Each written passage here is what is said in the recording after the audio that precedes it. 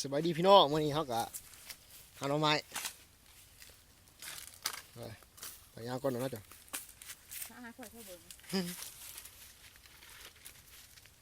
หาหน่อไม้พี่น้องเป็นแต่ลำหน้าลำไห้ฝนตกเลยตัวนี้เดี๋ยวเขากำลังเคี้ยวเป็นอย่างทั้งหลายเนาะ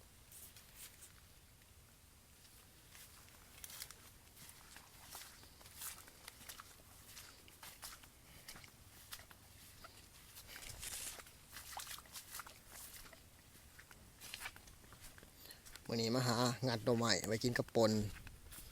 เห็ดหน่อไม้ส้มเห็ดเอาไปดองกินก็ได้เนาะเสียมกับกระตาเป็นงัดหน่อไม้ก็บอกปลากระตาเนี่ย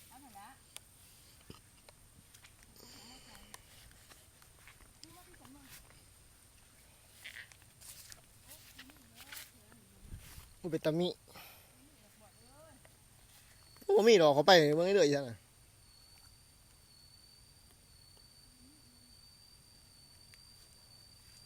นี่ก้อนนี่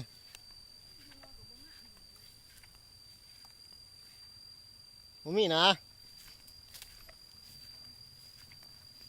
นี่ดิน้องนึงเนี่ยไงเติมได้เดี๋ยวหมุกใหญ่นึงสองนอผุนนี่3-4ผุนโอ้ยกระแปดนึงนี่นอนย่ำย่ายไหนผุน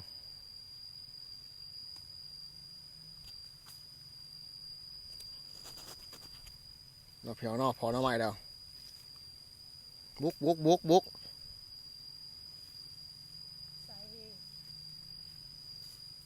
เห็นบ่นี่ขาดนี้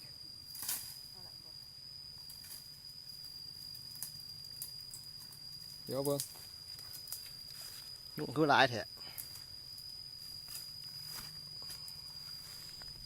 ตั้งกล่องนี่ออกโอ้ยยุ่งหลาย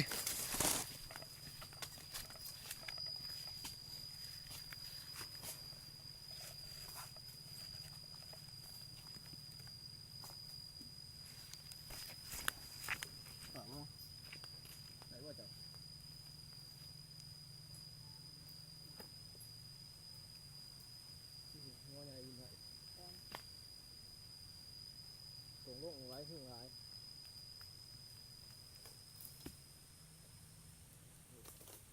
จะเที่ยวบ่เนี่ยเที่ยวเที่ยวกระจายนี่คืออันนั้นโอ้นี่ร้ายเถอะนี่เหรอโอ้ยนี่ตาทำกินตาคุก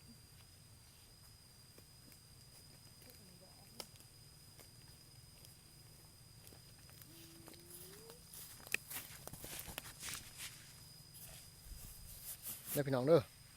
ขอไปน้ำกันย่อใหญ่เติบพี่น้อง FC ทุกคนเขามาเบิ่งการหาหน่อไม้งัดหน่อไม้ทั้งงัดงัดหน่อไม้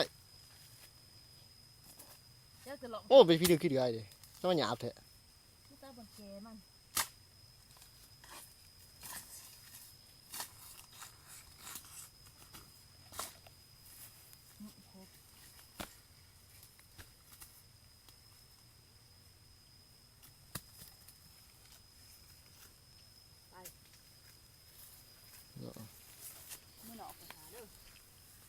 ใหญ่เติบได้เนี่ยเอาตาหน้าบ่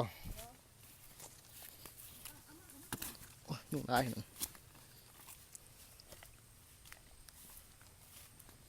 เดี๋ยวแม่เราพาไปจัดตามทางไว้เจ็บขาหาหน่อไม้พวกคอพี่น้องนี่ตายไปเลยหน่อไม้ไผ่เนาะไปแกง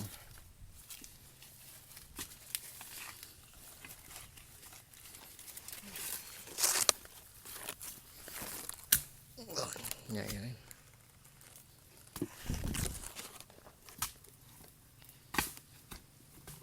ตายยุบมาไล่เถอะ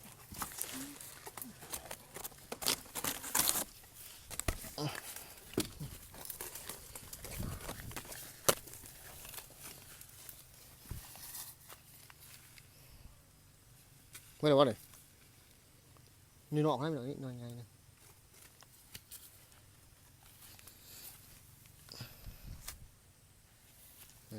เป็นเนาะจะบ่มีขี่หรอกเนาะ ให้ได้มาขี่ห้องให้เราล่ำห้องแล้วจะมาตึกเวท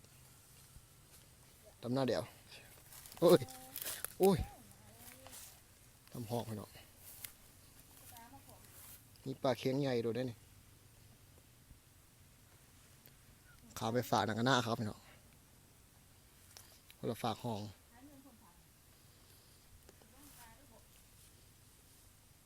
หน้าเขาพี่น้องคือไปเทิร์นก็ดีพี่น้องดีห้องเขาใส่ปลาเดี๋ยวตามไปอีกบุกเป็นบุกเลยมันนี่บุกกับยู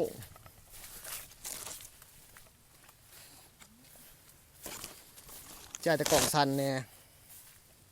บสันนี่มันจริงตะน้ำ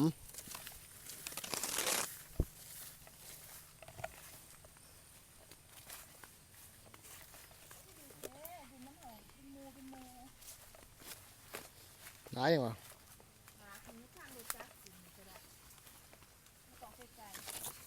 เนี่ย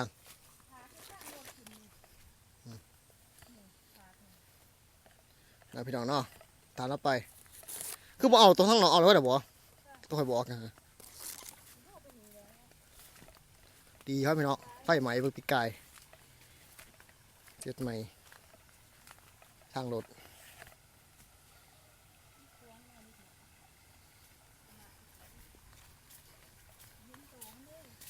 น้ำเย็นสบาย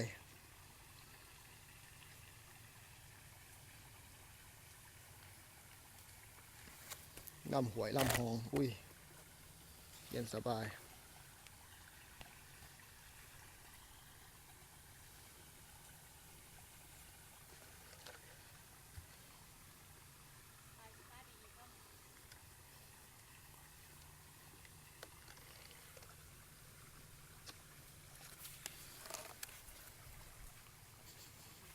ไปต่อ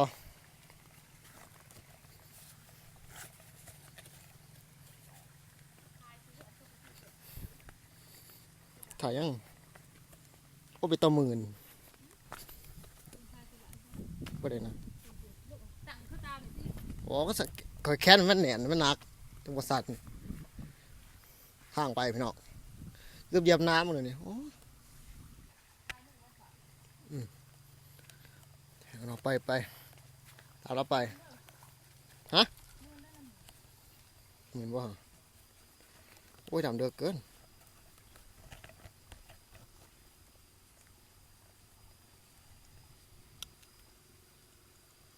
ขายฝากห้องเราทางรถเดี๋ยวตามเราไปเมียเราไปมือกันตรงนี้ระวังเลยอันตราย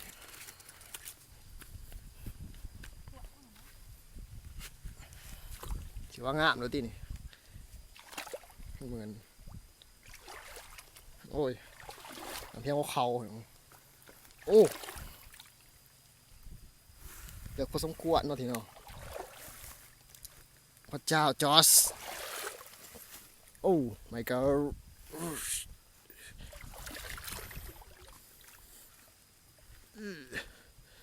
หัวสิได้ไปอยู่บนแนวนี้โอ้โอ้น้อยบังนะสภาพอู้อันตรายเดี๋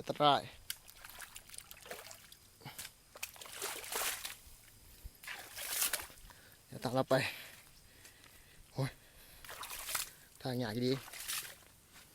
เอ้ย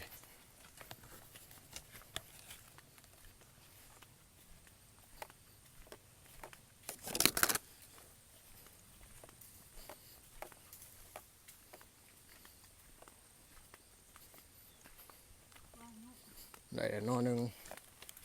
โอ้นอนยากเว้ยตัวนี้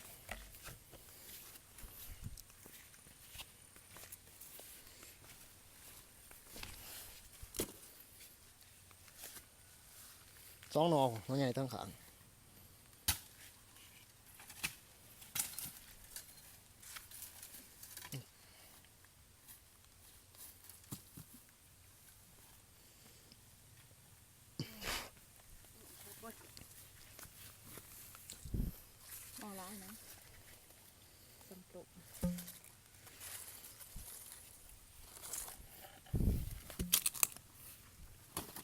ตัวนั้น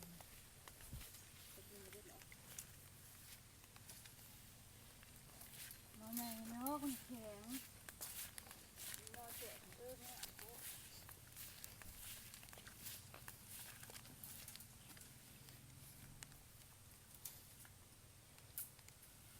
เพียรทำไมบ่มีแต่เพียรทำไมเนาะ มันก็หน่อยเนี่ยมั่ง แง่มได้จ้ะ ก็มันซิดจริง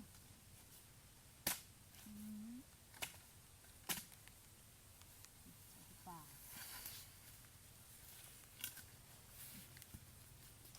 แล้วจะป่า ลายแล้วพี่น้องลายแล้วเขาว่า ได้หรือบ่เขาตกลงมาถึงเมื่อไหร่ เห็นบ่ในแห่งงอมันไงเห็นบ่ ใช่ นี่นะก่อนนี่เห็นบ่ มาขับบ่ โอ้พี่เดียวดอก นี่เป็นไร นี่ดิเห็นไหมนี่เห็นบ่บ่เห็นสอข้างกลางดิ แล่ซ้ำมาไหลบ่มาไหลดอก เอาไปดิ เอามันออกซ้ำมาคือหลาย สภาพยุ่งตอนนี้พี่น้องลายก็ยังวันลายก็เหียนลายก็ ว้ายยาเขาจะมาไหล เอาวันเก่าเนี่ยวันจะเบา ไม่มีแล้ว ค่อยเบา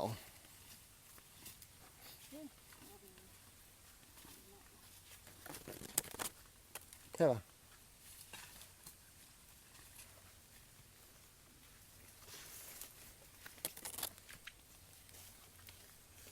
มาตะโกะเลย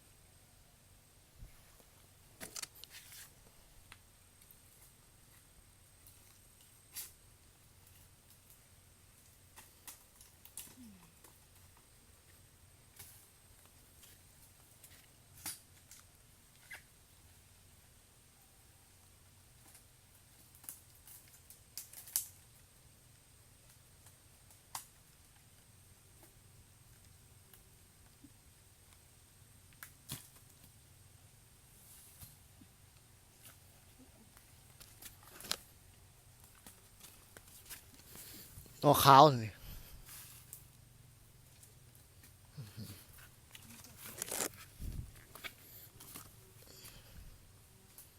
ธรรมดาได้เติบเลย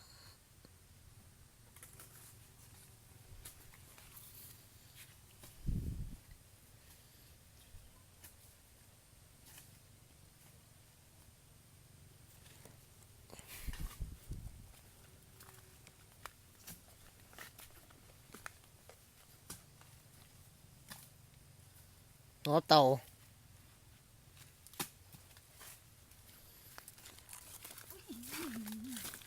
ปวดจังมา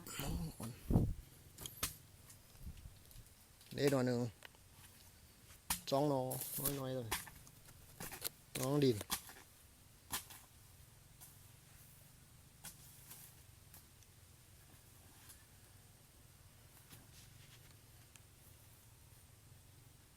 อู้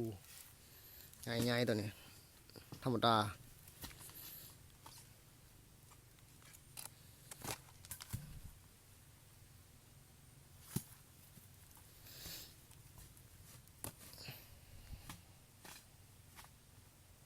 ถ้าเสียเอามาอ่านโอ้ยเป็นน้องแข็งแข็ง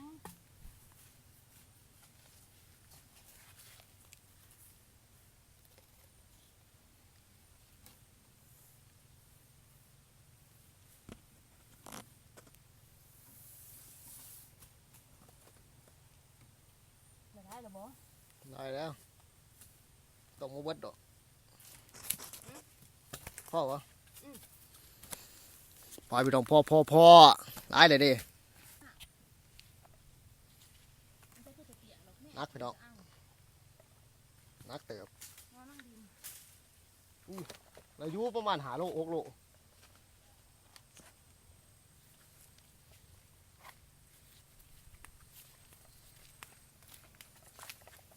น้องดินวะ นอนในดินพ่อเมื่อบาด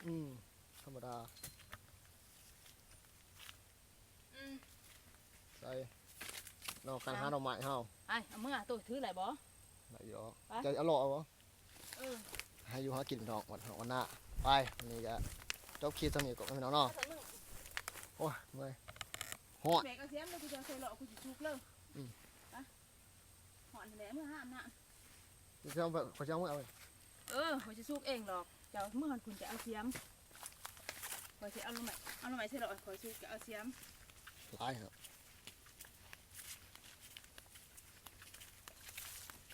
อายุหากินธรรมชาติโอ้มือต่อใหม่มาอัพไลน์ผู้นี่กำลังเกิดได้ เอาละนอมันใหญ่ นักเลยเนี่ยนักแห้ง6-7 โลไปจักมอ10 โล